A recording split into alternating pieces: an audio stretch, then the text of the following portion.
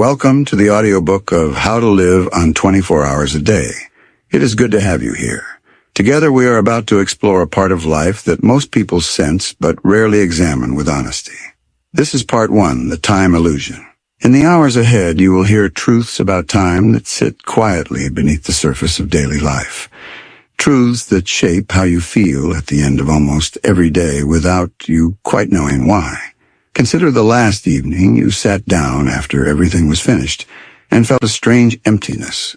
Even though you had been moving from one thing to the next without pause, you answered messages, attended to what seemed necessary, and yet nothing that truly mattered to you had moved forward in any lasting way. That quiet disappointment is not a personal failure. It is the predictable result of living inside an illusion so complete that almost everyone accepts it as normal. This book knows that feeling. It knows how easy it is to reach the end of a week and realize you gave your best energy to tasks that left no trace of the person you hoped to become. The recognition may arrive softly at first, but once it appears, it refuses to leave. That is where we begin. Every morning, without exception, something remarkable happens that almost no one pauses to notice. At the start of the day, you receive a fresh supply of time, exactly the same amount that arrives for every other person alive. It comes without announcement and without conditions. You do not earn it through effort, and you cannot negotiate for more of it later. This daily fortune is placed in your hands at the same moment it is placed in everyone else's. Yet by evening, most of it has disappeared into activities that would be difficult to defend if you had to explain them to someone you deeply respected. The loss does not usually feel dramatic while it is happening. It feels like checking one more message, watching one more video that required no thought, or staying in a conversation that had already run its course simply because ending it felt awkward. These moments do not announce themselves as thefts. They arrive disguised as rest or connection or necessary downtime, and only later does the cost become visible in the form of goals quietly abandoned and relationships that received less attention than they deserved. There is a man named Ethan who lives this pattern without ever intending to. He begins each morning with a clear picture of what he wants the day to contain. He plans to give focused attention to work that actually advances his career, to spend undistracted time with the people he loves, and to protect at least a small portion of the evening for something that nourishes him rather than simply numbs him. Yet within the first hour, the shape of the day begins to change. A notification appears, and he answers it immediately. One reply leads to another thread, and soon the morning's clearest intention has been replaced by a series of small urgencies that belong to other people. By mid-afternoon, Ethan feels busy in a way that is almost satisfying. He has responded to everything that asked for his attention. When the evening arrives, he is too tired to begin the work that actually mattered to him, so he tells himself tomorrow will be different.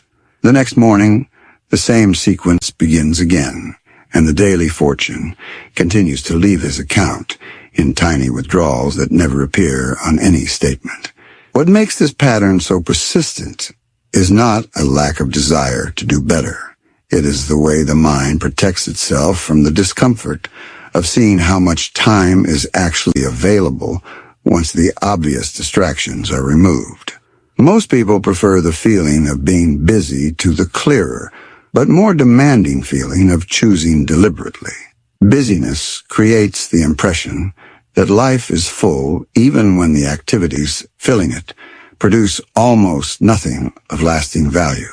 There's a man named Lucas who has perfected this particular form of self-deception.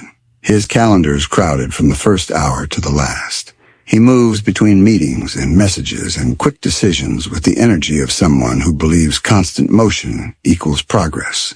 At the end of most weeks, he feels both exhausted and oddly empty.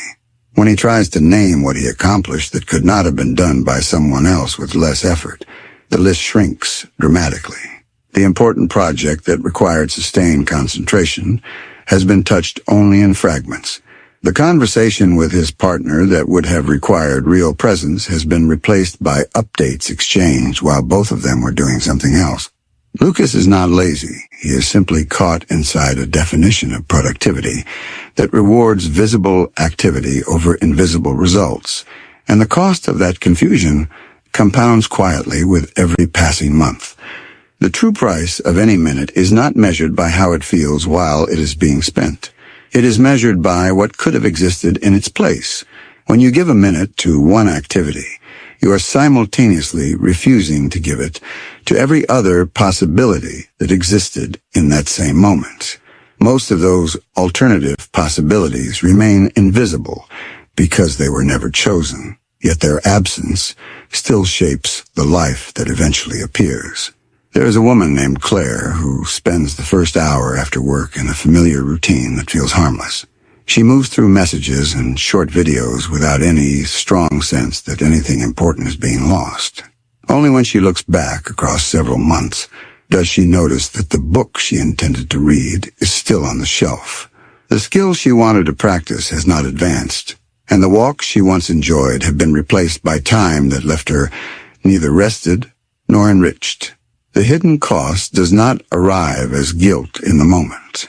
It arrives later as a quiet recognition that certain versions of her life were possible and simply never received the minutes they required. This is why the common claim that there is never enough time deserves closer attention. The statement feels true because the day often ends with more demands than were present at the beginning. Yet the same number of hours arrives for everyone. The difference between those who feel chronically short of time and those who move through their days with the sense of enough space is rarely a difference in the hours themselves. It is a difference in what receives attention and what is allowed to fill the gaps by default. There's a father named Noah who repeats the phrase to himself often.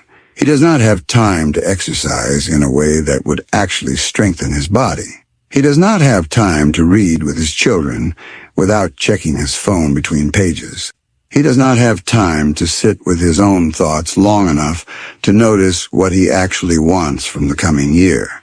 When he begins to observe his days without the usual justifications, he sees that the shortage is not absolute. There are stretches of time that disappear into activities he would not defend if asked directly what they contributed to the life he claims to want. Once those stretches become visible, the feeling of not having enough time begins to shift. It becomes less a statement about the hours available and more a statement about the choices that have been made inside those hours.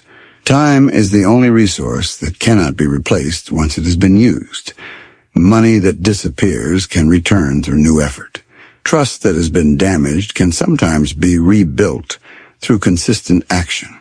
Energy that has been depleted can be restored with rest and care.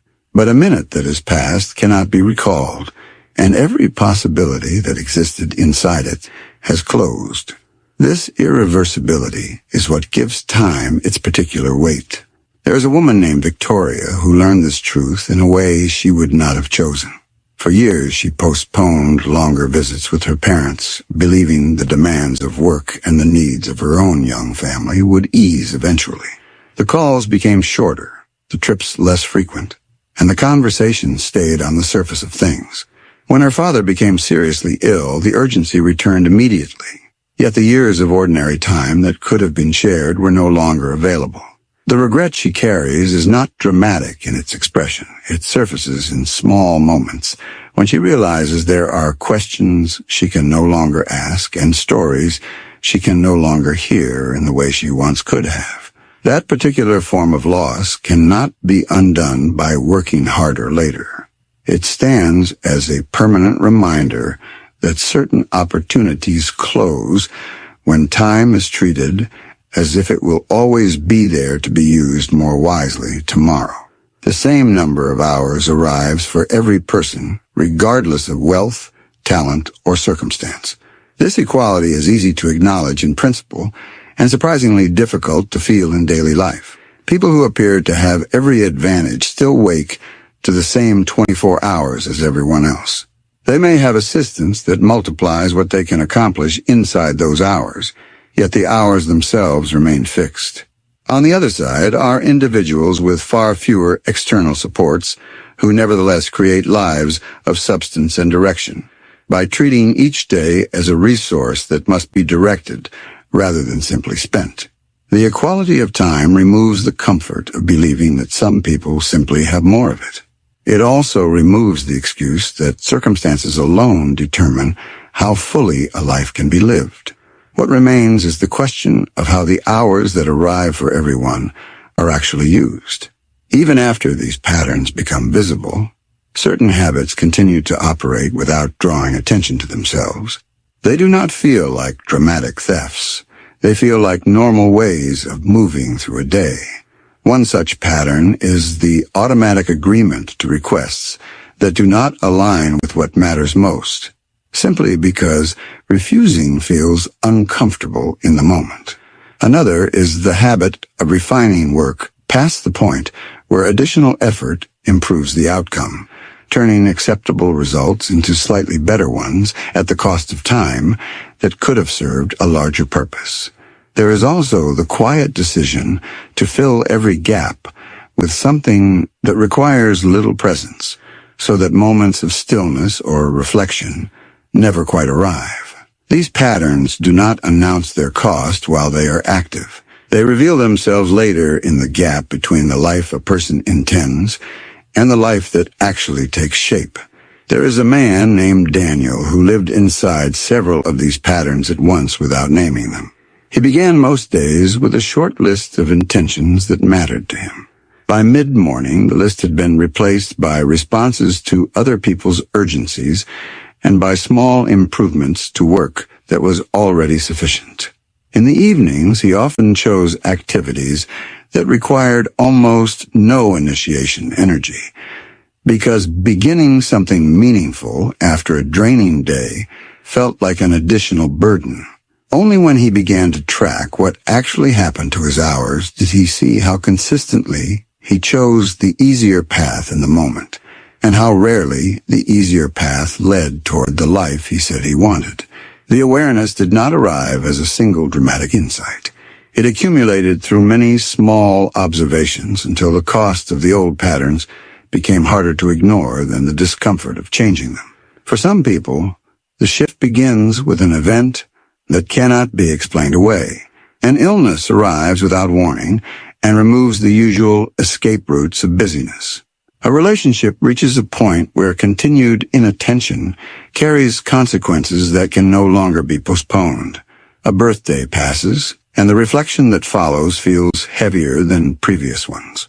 These moments do not introduce new information so much as they remove the distractions that had kept the information at a distance.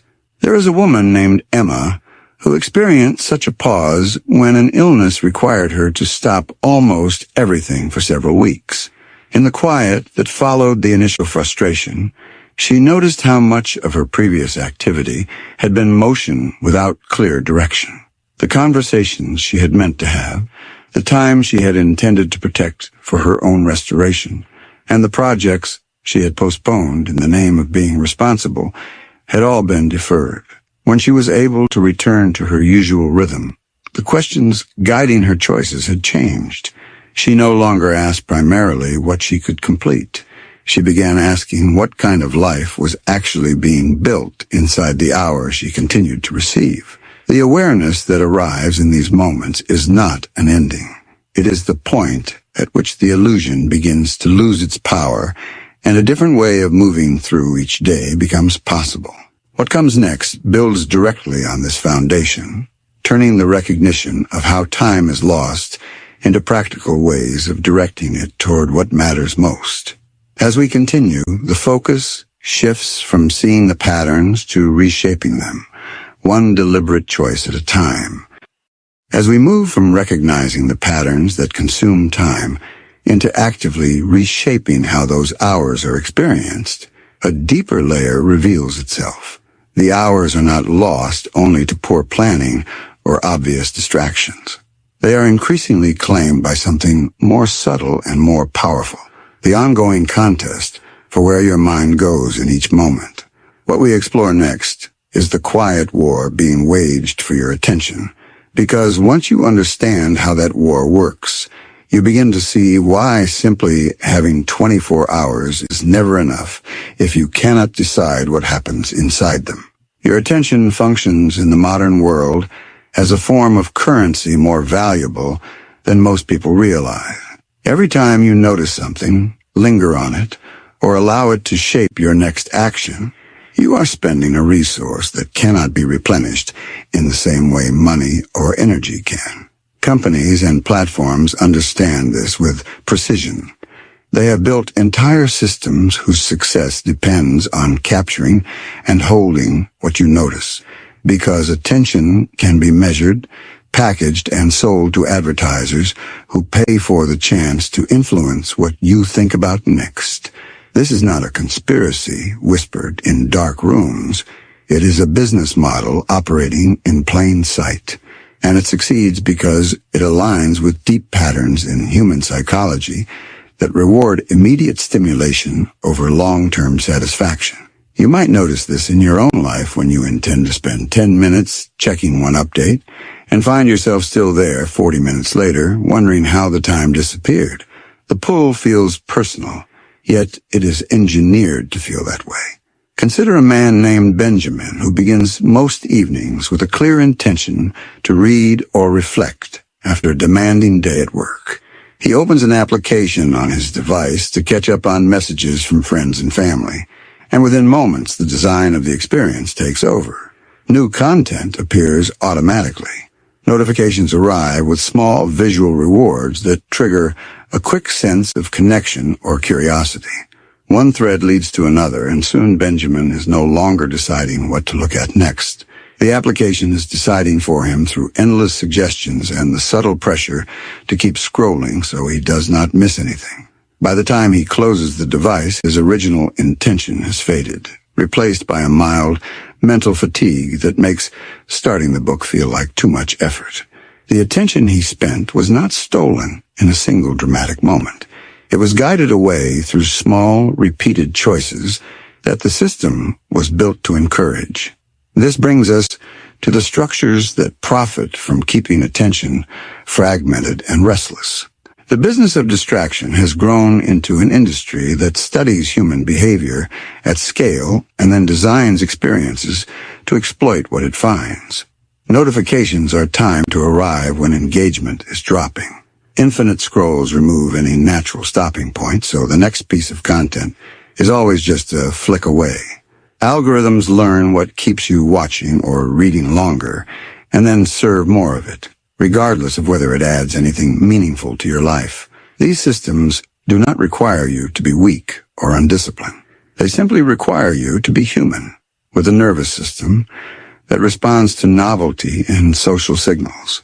Understanding this matters because it shifts the explanation for scattered days away from personal failure and toward a clearer picture of an environment that has been shaped to make focus difficult by default. There is a woman named Olivia who experiences this dynamic every time she sits down to work on a project that requires sustained thought. She begins with genuine motivation, yet within minutes, her attention is pulled toward a notification that promises something more immediately rewarding. Even when she resists, the residue of that interruption lingers. Her mind keeps returning to the unanswered message or the half-watched video, making it harder to return fully to the deeper work. Over weeks, this pattern creates a sense that her mind is never quite available for the tasks she values most. The cost is not only lost productivity, it is a gradual erosion of the belief that she can direct her own mental energy when she chooses to. The pull toward endless consumption runs even deeper than individual applications. It taps into ancient reward pathways in the brain that once helped humans survive by seeking new information and social connection. In the current environment, those same pathways are activated constantly and without the natural limits that once existed. A scroll through images of other lives can trigger comparison that feels urgent even when it adds nothing useful. A stream of short videos can create a loop of quick dopamine responses that makes longer, slower forms of engagement feel boring by contrast. The addiction is not to any single piece of content. It is to the state of being stimulated without having to choose what stimulates you. You might recognize this in evenings when you tell yourself you will watch just one more clip and then find the decision to stop has been taken out of your hands. By the way, the next suggestion appears automatically. This is why the ability to focus has become something close to a superpower in daily life.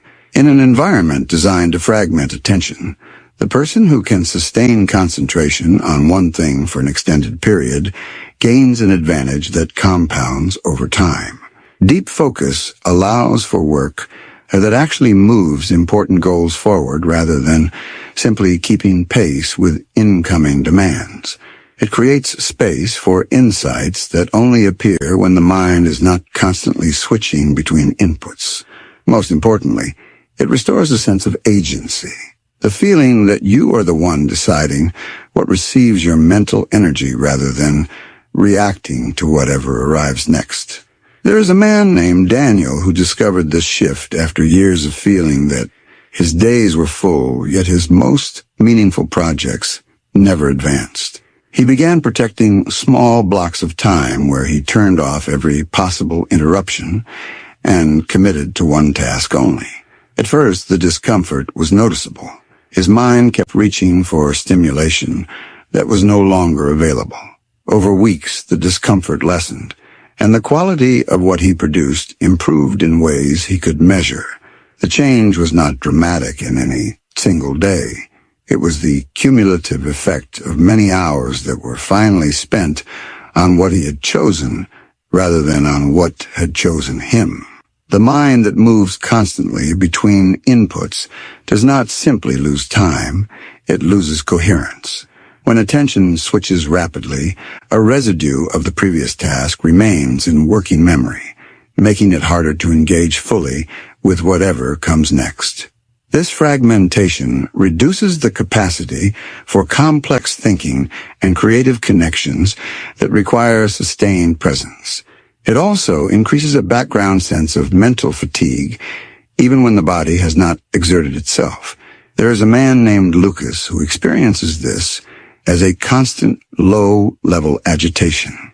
He moves through his day answering messages while in meetings, checking updates during conversations, and allowing his thoughts to drift toward unfinished tasks even when he is trying to rest.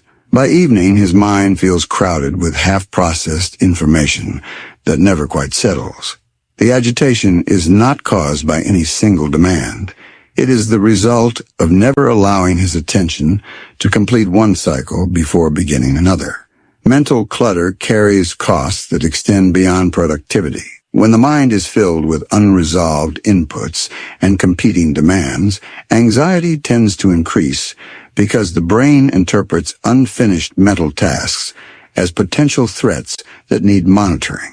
Decision-making becomes slower and less satisfying because each choice must compete with the background noise of everything else that has not been resolved.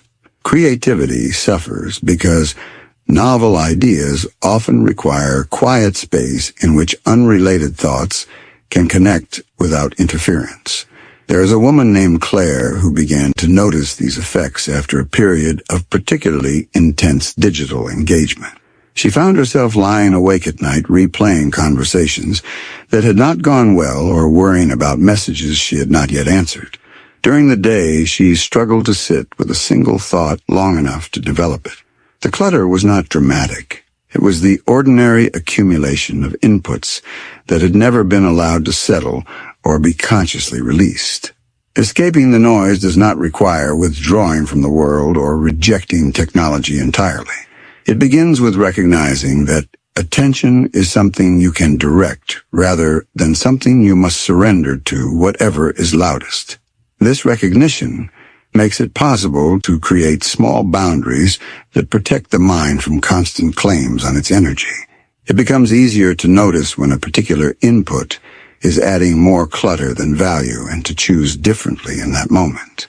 There is a woman named Sophia who reached this point after realizing that her evenings, which she had once used for restoration, had become extensions of the same fragmented attention she experienced at work. She began by creating 1 hour each evening where she placed her device in another room and chose an activity that required her full presence, whether reading a physical book or simply sitting without additional stimulation. The first attempts felt awkward because the habit of reaching for external input was strong. Over time, the awkwardness gave way to a different quality of rest, one in which her mind had space to process the day rather than simply accumulate more of it. When attention is treated as something you own rather than something that happens to you, a different relationship with the 24 hours becomes possible. You begin to notice the moments when an impulse to check or scroll arises and to pause before acting on it. You develop the capacity to choose what enters your awareness with the same care you might bring to choosing what enters your home. This ownership does not eliminate all distraction. It changes the default from automatic reaction to deliberate response. There's a man named Noah who reached this stage after years of feeling that his mind belonged more to his devices than to himself. He began to track the difference between days when he allowed attention to be claimed by whatever arrived, and days when he decided in advance what would receive his focus. The contrast was not subtle. On days of greater ownership, he ended with a clearer sense of what had mattered and what could wait. The 24 hours had not increased in number. They had simply become more fully his to shape. As these threads of time and attention come together, the larger picture of how to live inside 24 hours grows clearer. The hours themselves are fixed. What changes is whether those hours are shaped by patterns you have chosen or by forces that profit from keeping you scattered and reactive. The journey through these realizations is not about perfection or dramatic overnight transformation.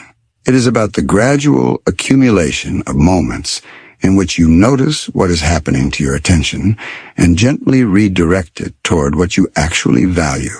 That quiet redirection, repeated across many days, is what turns ordinary hours into a life that feels both full and intentional. You have now traveled through the illusion of time and the contest for attention that shapes so much of modern experience.